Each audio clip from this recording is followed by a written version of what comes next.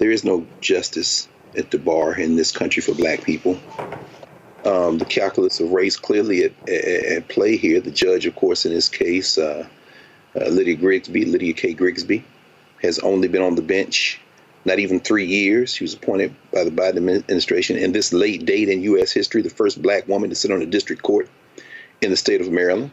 We all remember her orders early on in the case, including a limited gag order against members of Ms. Mosby's defense team, including our brother A. Scott Bowling, who subsequently withdrew from the case.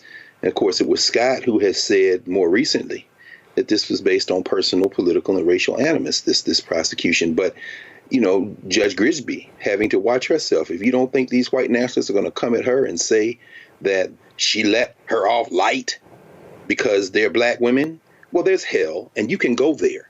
Except we already live in it when it comes to the criminal injustice system. So I'll say what Attorney Crump could not say.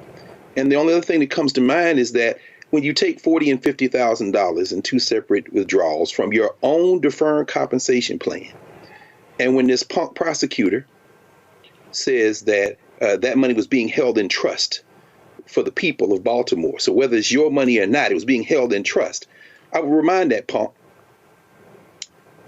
let's double that. Let's say it wasn't 90,000. Let's say it was 180,000.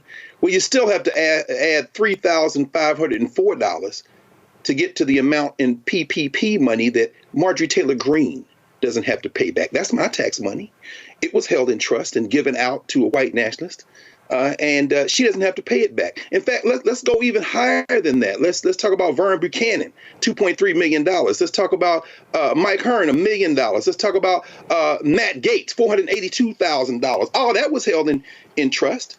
So I'll say what Attorney Crump could not say. I wouldn't go so far as to compare Marilyn Mosby to Martin Luther King and Rosa Parks or Fannie Lou Hamer, except in this one way, and that one way makes all the difference. Everybody in this country, black, that pushes back against these powerful interests is in the scope of the target. There is no court that can save them.